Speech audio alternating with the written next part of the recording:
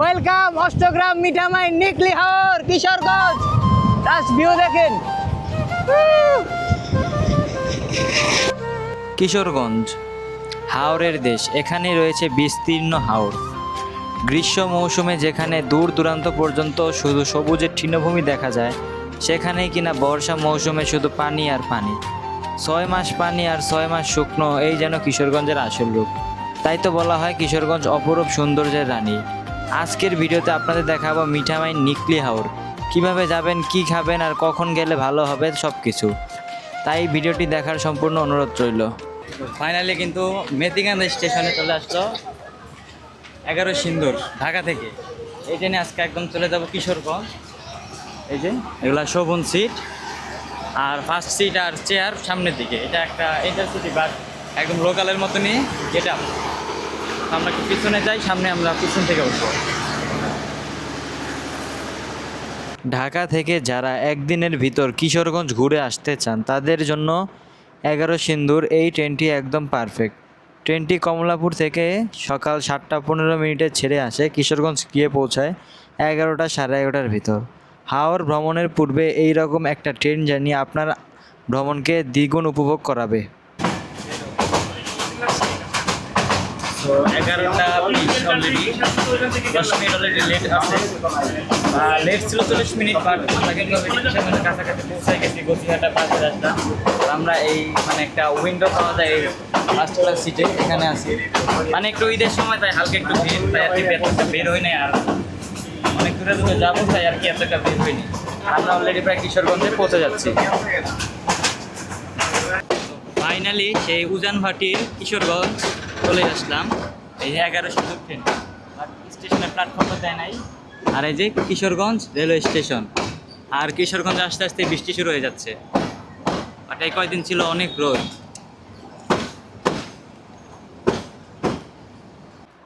Kishoreganj station থেকে বের হয়ে এরকম অটোরিকশা বা সিএনজি করে আসতে হবে বালিখোলা। আমরা চিন্তা করেছিলাম মোটরসাইকেল দিয়ে হাওর এলাকা ভ্রমণ করব, তাই রাহাত ভাইয়ের কাছ থেকে একটি মোটরসাইকেল নিয়ে রওনা দেই।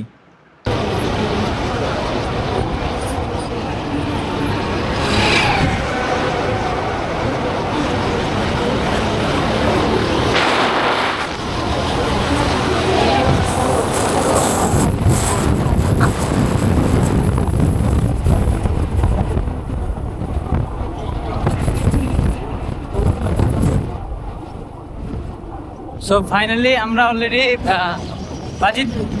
বালিখোলা। তো এখান থেকে ইটনা মিঠামাই সব দিকে যাওয়া যায়। আর এই দিক থেকে কিন্তু ঢাকারও বাস আছে সরাসরি। তো এরকম ট্রলারে করে আমরা যেতেছি মিঠামাই। ভাড়া পড়তেছে 80 টাকা এক একজন। সময় লাগবে 2 ঘন্টা। আর মোটরসাইকেল নিলে এক একটা মোটরসাইকেল 150 টাকা। আর এই যে দেখেন চতুর্দিকে খালি পানি আর পানি, খালি পানি আর পানি। আর একটা আর্জেন্টিনার পতাকা, ব্রাজিল সাপোর্টার মনে হচ্ছে দেখেন কিছু না, সাউনি ছিল আর্জেন্টিনার পতাকার, বাট উঠাই দিছে। আর আমরা যেতে একদম মিঠামাইন নিকলি হাওর। আর এই যে আর সবার উদ্দেশ্যে একটা কথা বলি ভাই, শত ভোরে পারেন আসবেন, কারণ আমরা 2টা বাজে উঠছিলাম। 3টা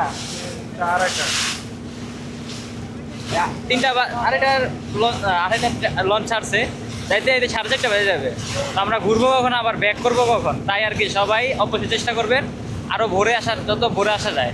মানে কোথাও আর কি লেট করা যাবে না। আর আপনারা খাবার খাইতে পারেন, এই বালিখোলায় খাবার খাইতে পারেন, বা সামনে ওই অষ্টগ্রামের দিকেও খাবার টাবার অনেক ব্যবস্থা আছে। তো অবশ্যই দেখাবো। তো দেখা হচ্ছে সামনে। আর এই যে ভিউ।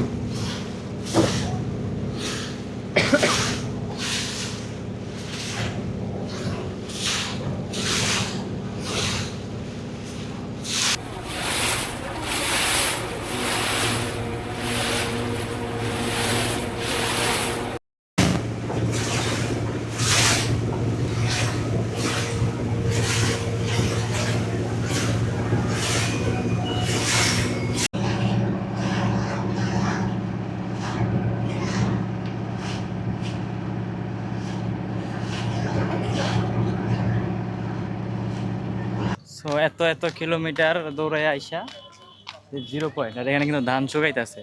তো এখানে তিনটা রাস্তা তিন দিকে চলে গেছে, একটা চলে গেছে ইটনা, একটা অষ্টগ্রাম আর একটা মিঠামাই। আর মামা সামনে ওয়েট করতেছে। তো আমরা আরো সামনে যাব বাইকে করে।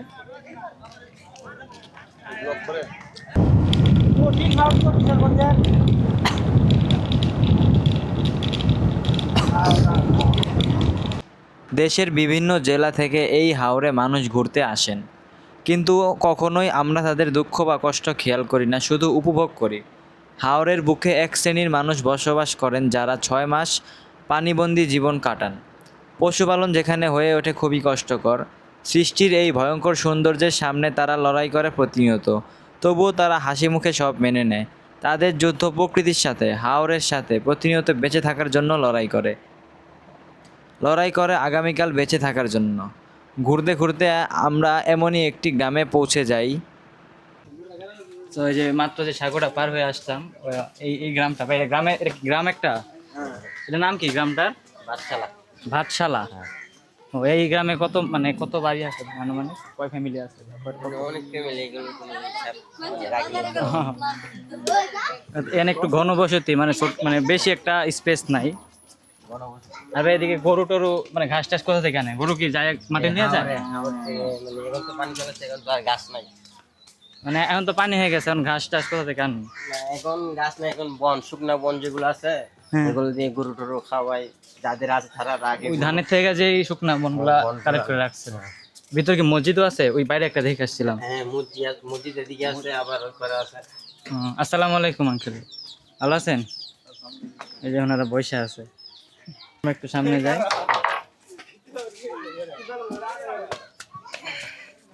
ভাই আপনার নামটাই তো বললেন না।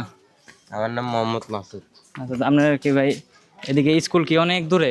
কাছাকাছি কি স্কুল নাই? এখানে একটা আছে ছোট বাচ্চাদের পড়া। প্রাইমারি হ্যাঁ, প্রাইমারি। আর হাই স্কুল নাই?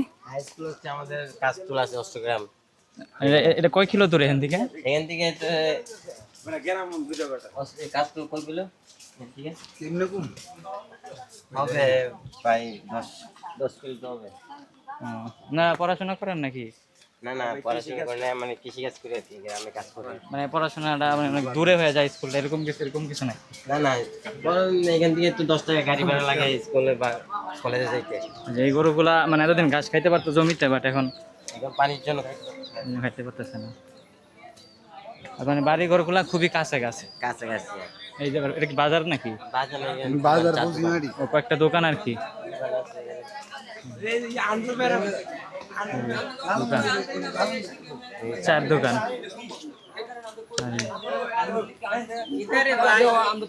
সালাম আলাইকুম, ভালো আছেন আপনারা? আপনাদের গ্রামটা ঘুরতে আসলাম। এখানে একটা মসজিদ, এটা একটা মসজিদ। এটা একটা মসজিদ, ছোট্ট একটা মসজিদ হাওরের মাঝখানে।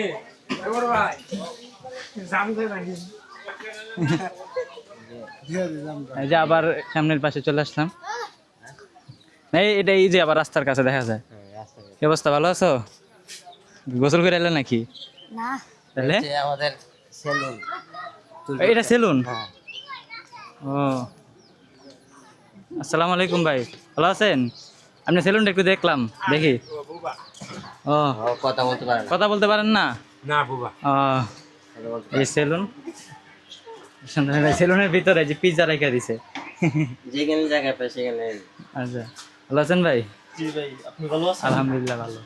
আর সেলুনটা কত ছোট্ট, কত সুন্দর, মানে হাওরের বুকে সারাদিনই বাতাস। এই একটা সেলুন। আল্লাহ হাফেজ ভাই। সালাম। হ্যাঁ, উনি কথা বলতে পারেন না তো ভাই, বের হবো কোন দিক দিয়ে? আরো আছে, আপনি ঘুরলে সারা। ওটাই প্রাইমারি স্কুল না? এটা আমাদের প্রাইমারি স্কুল। না ভাই, আমি যাবো তো অনেক দূরে, আবার আমার আরেকজন আছে দাঁড়ায় আছে গাড়ি নিয়ে। আপনি চলে চাইলে যাবো। চলে যেতে পারেন, না হলে আরো। না, আমার একটু ওই যে কি বলে না, সাঁকোটা একটু দেখাই দেন কোন দিকে চলে যাবো। ও মানে যেটা দিয়ে পার হয়ে আসলাম আর কি, ওটা একটু দেখা দেন, চলে যাবেন। আল্লাহ হাফেজ। ওই ছেলেটা কথা বলতে পারে না। সেলুন, ওইটা কি ওর সেলুন? আমার সুন্দর কিছু বলতে হয় না, ওর মতো করে কাটে। এই যে ওরা গেম খেলতেছে বাসার ভিতরে। আর এই যে খের গরুর, এই যে গরুগুলা এই মানে বর্ষার সিজন আসছে গরুদের পালন মানে আমাদের লালন এখানে পালন 6 করা মাস একটু পানি থাকে, আবার 6 মাস শুকনা থাকে। যখন শুকনা থাকে সবাই ধান ক্ষেত করে, হ্যাঁ। আবার কেউ অন্য অন্য কাজ করে, গরু হাওরের মধ্যে রাখে, ঘাস খাওয়ায়। মাছ তো পায় না মাছ তো হাওরে। এখন পানি চলে আসছে না, এখন 6 মাস শুধু মাছই ধরবে। আর এই যে পানির নিচে চলে গেছে যেগুলো, এগুলো তো এই আপনাদেরই জমি সব। হ্যাঁ জমি, অনেক মানুষ, আমরা বলতে না, অনেক মানুষে আপনাদের বলতে কি মানে এখানকার মানুষজনের তো। হ্যাঁ সবাই ধান নিতে পারে না, কিছু করতে পারে না। তো একটা জিনিস ভাবেন যে দূর থেকে দেখলে মনে হবে যে এরকম একটা জায়গা, বাট ওনাদের যে পরিমাণে জমি এই সব কিন্তু যখন গরম সিজন থাকে সবজি মানে চাষ করে তখন তো চাষ করে, আর অন্যান্য সময় মাছ ধরে পানি নিচে চলে যায়। এই হলো। আর যে সাঁকোটা ওইদিকে আমি আবার চলে যাব, মামা দাঁড়ায় দিছে মোটর সাইকেল নিয়ে ওই পাশে। ভাই আপনার অনেক ধন্যবাদ, একটু সময় দিয়েছেন আমাকে। ইনশাল্লাহ আবার আসলে ইনশাল্লাহ দেখা হবে। চলে গেলাম। তো ওনাকে বলছিলাম একটু ঘুরে দেখাইতে, তো একটু দেখাইলো, বাট এটা টোল নেয় 5 টাকা করে, যাওয়া আসা 10 টাকা। আমি আসছি একবার, যাবো 10 টাকা। এখন ওই মসজিদ এখন পয়সা আছে, ওনাকে দিব। আর এই যে সামনে দেখা যায় এক আঙ্কেল আসতেছে, এই কিছু চাউল হইতে পারে, বস্তা দেখা যাচ্ছে 2টা, এই যে কাঠের।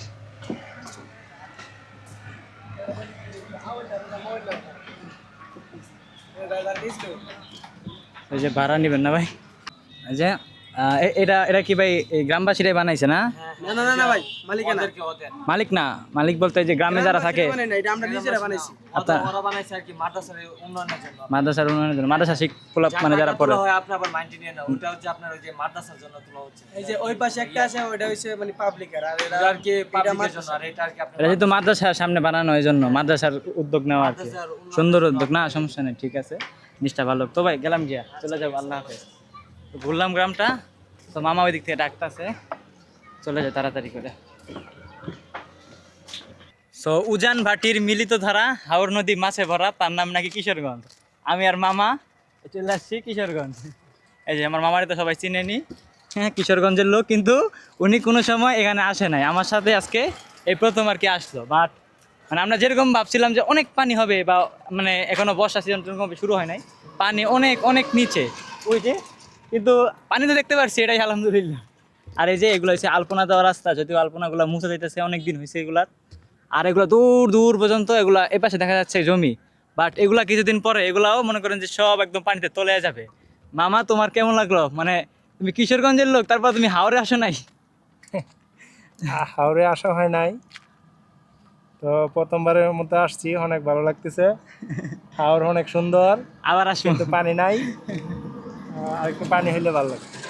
বাট আমরা ইনশাল্লাহ ইনশাল্লাহ আরেকবার আসবো পানির সময়। এই বছর পারি কিনা জানি না, কারণ আমরা ঈদের ছুটিতে আসছি। কর্মব্যস্ত জীবনে আবার চলে যেতে হবে, মানে এই জিনিসগুলা স্মৃতি হয়ে থাকে। বাট মানে আবার কিছুদিন পর আবার মিস করি যে একসাথে গেছিলাম। কিন্তু এটাই জীবন। তো লেটস গো, আমরা সামনের দিকে যাই। আমরা এদিক দিয়ে একদম শেষে বাজিতপুর দিয়ে, তারপর দিয়া নাকি কুলিয়ারচর দিয়ে পরে কিশোরগঞ্জ শহরে বা নরসিংদী যে ব্যাপারে যাবো ইনশাল্লাহ। সো আজকের ভিডিও শেষ করবো আমরা এখানে। আর কিছু মানে দেখানোর মতো নাই, বাট আমরা কোথাও যাইছি না, কারণ অলরেডি বিকাল হয়ে গেছে। আমি সকালে আসছি, বাট আমরা একটু মানে অন্যদিকে ময়মনসিংহের দিকে গেছিলাম, নান্দাইল, ওই দিক থেকে পরে আসছি, তাই আর কি।